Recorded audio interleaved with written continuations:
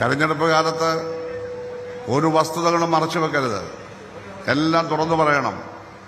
അശ്ലീലങ്ങളും വൃത്തികേടുകളും പറയരുതെന്ന് മാത്രമേ ഉള്ളൂ, എല്ലാം തുറന്നു പറയണം.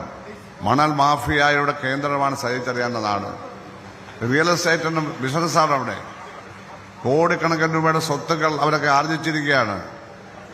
LDFന്റെ കാൻഡിഡേച്ചറിൽ 6 പേർ LDFൽ മത്സരിക്കുന്നതിൽ 2 പേർ കോടീശ്വരന്മാരാണ്. 2 പേർ കോടീശ്വരന്മാർ, രക്ഷപ്രഭുക്കളല്ല, കോടീശ്വരന്മാർ. പേര് ഞാൻ പറയുന്നില്ല, കണ്ടുപിടിക്കാം. ദാരിദ്ര്യത്തിൽ ജനിച്ചവർ എങ്ങനെ കോടീശ്വരന്മാരായി? അവരുടെ വേഷം, അവരുടെ രീതി, അവരുടെ നടത്ത, കൈയൊക്കെ ഇങ്ങനെ അകറ്റിയുള്ള ഒരു നടത്ത, ഷർട്ടൊക്കെ ഇങ്ങനെ ഉണ്ടല്ലോ, ഇതൊക്കെ എവിടെ വന്നു? ഇതിനൊന്നും അംഗീകാരം കൊടുക്കരുത്.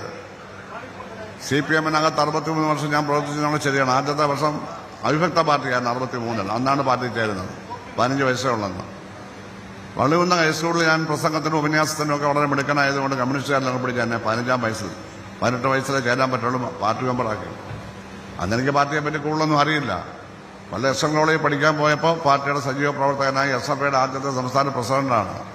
ഇതെല്ലാം പിണറായി എന്നെ വളർത്തിയെന്നാണ് പിണറായി പറയുന്നത്. അന്ന് പിണറായി എന്ന ഈ തിരുവിതാംകൂറിൽ അറിയത്തുപോലുമില്ല പിണറായി.